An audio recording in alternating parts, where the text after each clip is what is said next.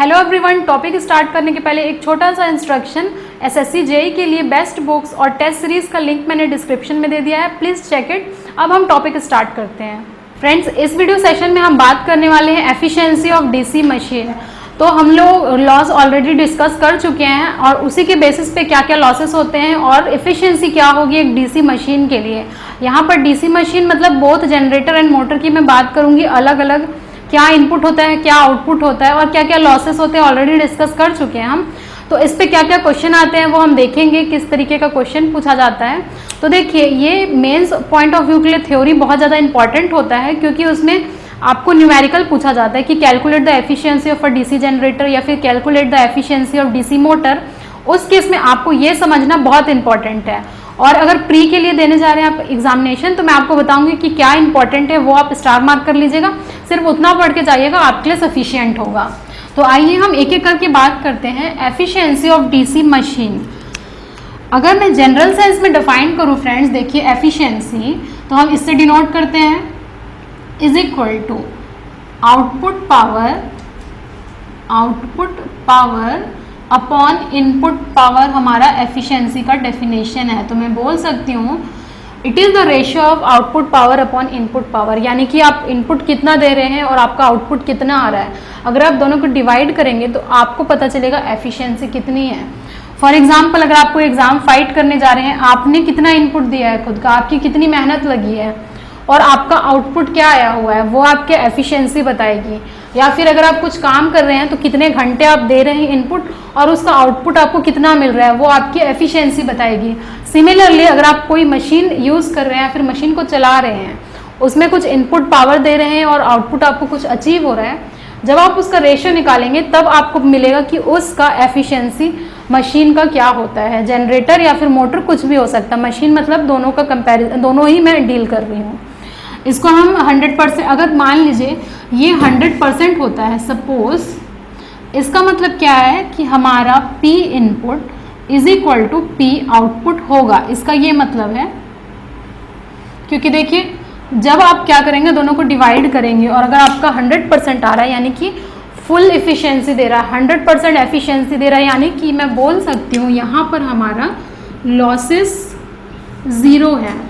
ये हमारा होता है आइडियल कंडीशन, ये होता है हमारा ideal condition.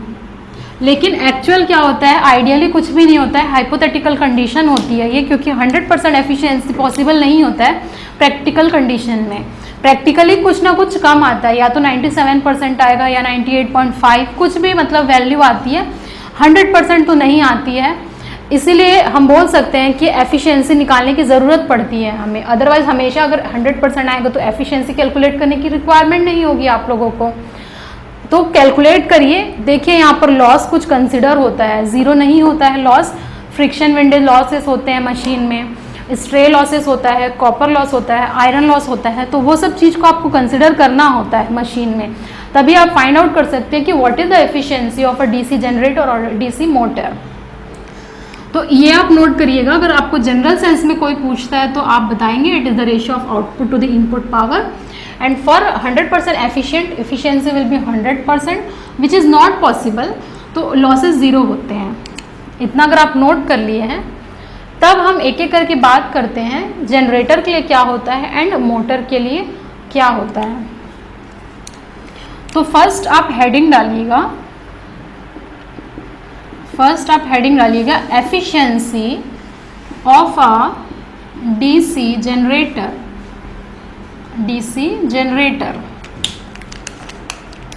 Efficiency of a DC generator. तो पहले हम एक डीसी जनरेटर ड्रॉ कर लेते हैं।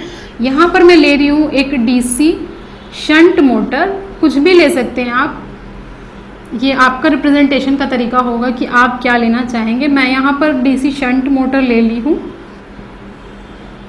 आप कंपाउंड डीसी सीरीज मोटर कुछ भी कंसिडर कर सकते हैं। ये कोई, इसका मैं एफिशिएंसी निकालने नहीं जा रही हूँ, it is just a method of explanation. Generator है तो देखिए यहाँ गलती मत करिएगा, इसका जो डायरेक्शन होगा करंट का वो आउटसाइड होगा, क्योंकि जनरेटर हमेशा डिलीवर करता है लोड करंट को एंड आर्मेचर करंट को। देखिए ये हमारा ये हो गया, ये हमारा ISH हो गया, ये हमारा RSH हो गया। तो देखिए ये एक शंट जनरेटर है, डीसी शंट जनरेटर, जो मैं ऑलरेडी आपसे डिस्कस कर चुकी हूँ। एक एक चीज़ मैं आपको एक्सप्लेन की थी, आरएसएच क्या होता है, आईएसएच क्या होता है, आईए, आईएल, वीटी, ये सब ऑलरेडी एक्सप्लेन कर चुकी हूँ मैं आपको। अब हम देखते हैं, देखिए अगर मुझे लिखना हो एफिशिएंसी ऑफ जनरेटर, तो मैं एफिशिएंसी के नीचे एक छोटा सा स्मॉल जी करके बताती हूँ कि ये जनरेटर के लिए लिया गया है। तो डेफिनेशन तो देखिए सेम रहेगा, आउटपुट पावर अपॉन में input power, upon input power. ठीक है, इतना नोट करिए।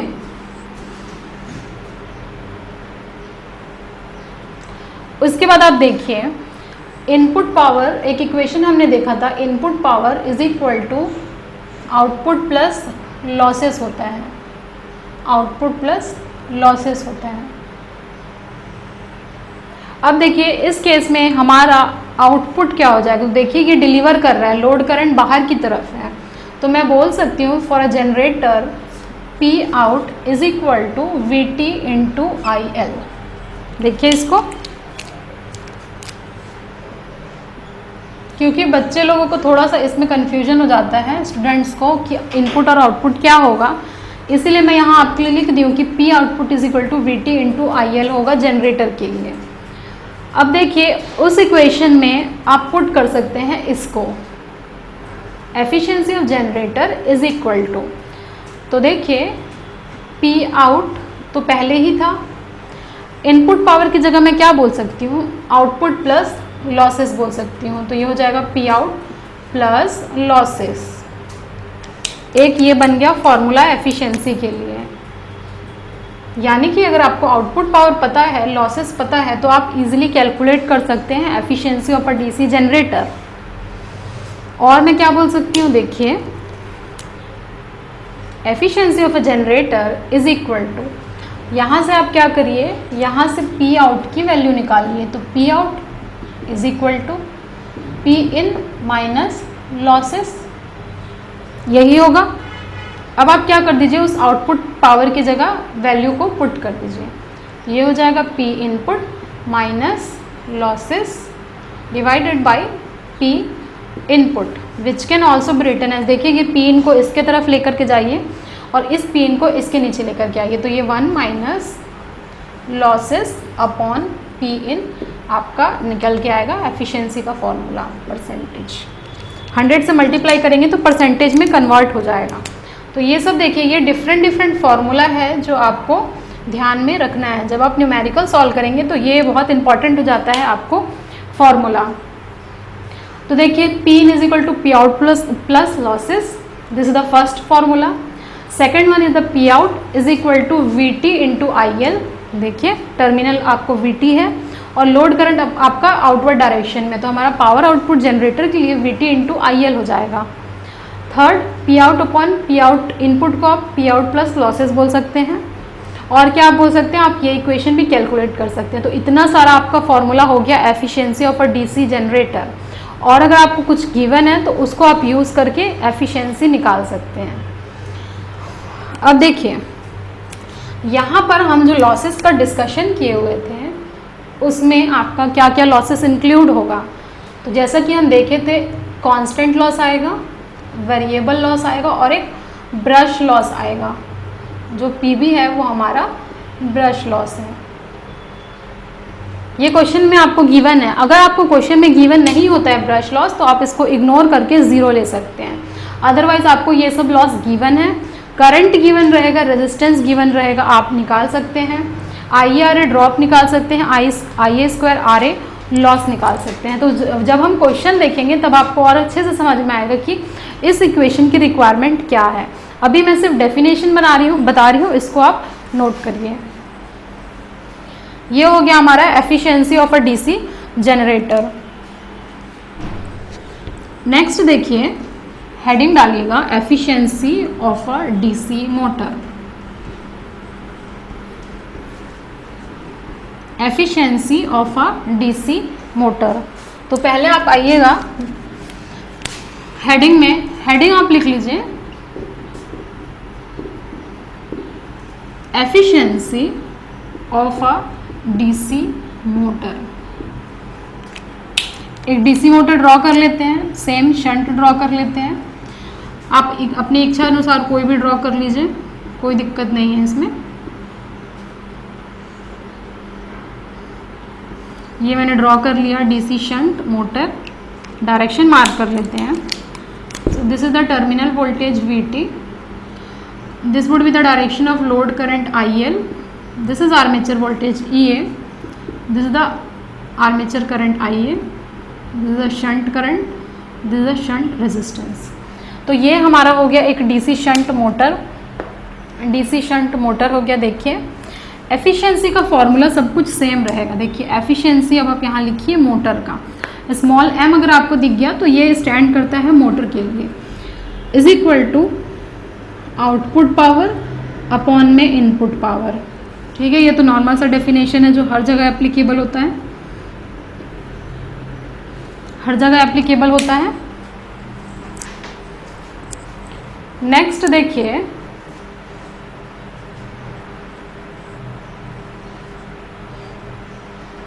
नेक्स्ट अब देखिए,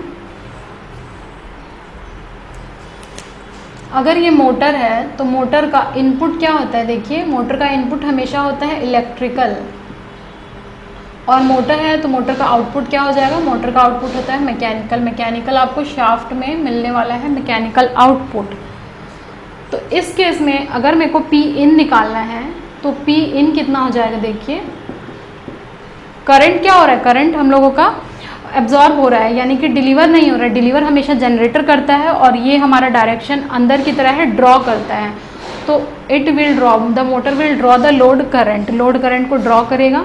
तो इनपुट तरफ जा रहा है तो ये इस डायरेक्शन इनवर्ड है। देखिए VT इंटू IL इसका क्या हो जाएगा, इनपुट हो जाएगा। VT IL will be the input. बाकी अगर मैं लॉसेस की बात करूँ तो लॉसेस भी आपको सेम रहेगा। लॉसेस इसमें constant loss plus variable loss plus brush loss आपका होगा। अगर आपको क्वेश्चन में ब्रश लॉस नहीं दिया है तो आप इसको इग्नोर कर सकते हैं, ज़ीरो कंसिडर कर सकते हैं, बट जनरली हम लोगों को ड्रॉप दिया रहता है। और जब आप क्वेश्चन सॉल्व करते हैं तब इस चीज़ का ध्यान रखिएगा, क्योंकि हमारा सिर्फ 2 वोल्ट ही होता है पर वोल्टेज पर ब्रश ड्रॉप, बट इसको इग्नोर कर देंगे तो आपका आंसर अच्छे से नहीं आएगा। तो इस चीज़ को आप ध्यान रखिएगा। बाकी ये फॉर्मूला जनरलाइज्ड वे में बताया गया है। तो देखिए P out upon P out plus losses same रहेगा, सिर्फ आप इसको क्या कर लीजिए, आप इसको यहाँ पर मोटर कर लीजिए। फॉर्मूला सब कुछ सेम रहेगा। यहाँ पर हम लोगों का क्या है, P इनपुट है तो इसके जगह आप VT इंटू IL रख सकते हैं। वो जब हम क्वेश्चन देखेंगे तब अच्छे से एक्सप्लेन करूँगी कि क्या क्या ज़रूरत पड़ती है इनपुट और आउटपुट की। अब देखिए हमने डिस्कस किया होता है condition for the maximum efficiency.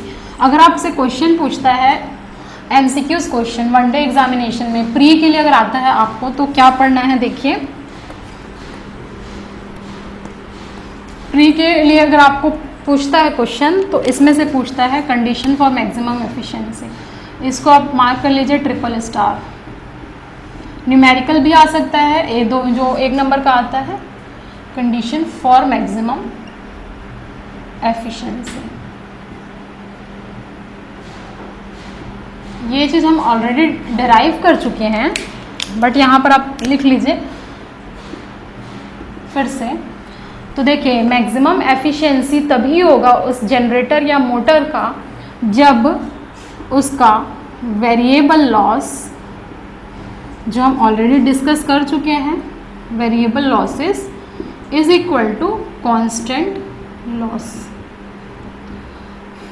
तो आपको MCQs क्वेश्चन में आपको ऑप्शन देगा variable loss is equal to constant loss, तो आपका करेक्ट आंसर होगा सेकंड ऑप्शन हो सकता है variable loss is twice of the constant loss, variable loss is greater than constant loss, variable loss is less than constant loss. So 4 possibility बन सकती है जिसमें कि आपका ये करेक्ट आंसर होगा। ये आपको डायरेक्ट स्टेटमेंट देखने को मिलेगा क्वेश्चंस में। ठीक है, नेक्स्ट आप देखिए वेरिएबल लॉस हम लोगों ने देखा था IA² RV होता है, ये वेरिएबल रेजिस्टेंस था, और ये हमारा आर्मेचर करंट था। कांस्टेंट लॉस ने हमने देखा था इसको PC या फिर PK से डिनोट करते हैं। पीके और किसी किसी बुक में पीसी भी रहता है, कांस्टेंट लॉस। तो इससे आप कंफ्यूज नहीं होना है, आप लोगों को ध्यान रखना है।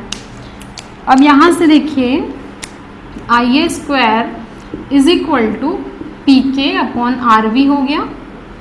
IA की वैल्यू कितनी हो जाएगी?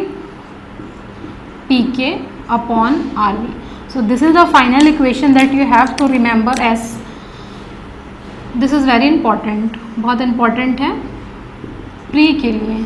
इसको आप प्री के लिए मार्क कर लीजिए। डायरेक्ट आपको फॉर्मूला पूछ देता है कई बार आपको ये स्टेटमेंट पूछेगा, सेकंड पॉसिबिलिटी। थर्ड आपको क्या करेगा, न्यूमेरिकल पूछेगा। इससे आपको PK और RV दे देगा, आपको IA कैलकुलेट करने बोलेगा, या फिर आप लोगों को IA RV दे देगा, PK कैलकुलेट करना पड़ेगा। तो इस चीज़ को आप ध्यान रखिएगा, ये बहुत इंपॉर्टेंट हो जाता है प्री पॉइंट ऑफ व्यू से। लेकिन अगर हम मेंस देखेंगे तो मेंस में ये आपका थ्योरी बहुत इंपॉर्टेंट है, सेकंड इस पे बेस्ड न्यूमेरिकल बहुत इंपॉर्टेंट है। तो कांस्टेंट लॉस आप देखिए, अगर आपने वो वीडियो नहीं देखा हुआ है लॉसेस का तो वो देखिए। पावर फ्लो डायग्राम में ऑलरेडी डिस्कस कर चुकी हूँ, उसमें आपको क्लियर समझ में आएगा कि क्या क्या लॉसेस होते हैं इलेक्ट्रिकल साइड में, क्या क्या लॉसेस होते हैं मैकेनिकल साइड में, both for generator and motor. तो उस चीज़ को देखिए, अच्छे से नोट्स बनाइए और एक एक चीज़ को अंडरलाइन करके स्टार मार्कअप करते जाइए। Thank you everyone for watching this video till end. If you like this video, share with your friends and subscribe this channel. Don't forget to press the bell icon button to get further updates. और अगर आप हमारे Telegram channel से जुड़ना चाहते हैं तो उसका भी लिंक मैंने डिस्क्रिप्शन और फर्स्ट कमेंट में दे दिया है, please check it. SSC JEE के लिए बेस्ट बुक्स और टेस्ट सीरीज का भी लिंक मैंने डिस्क्रिप्शन में दे दिया है। Thank you very much, see you soon in the next video.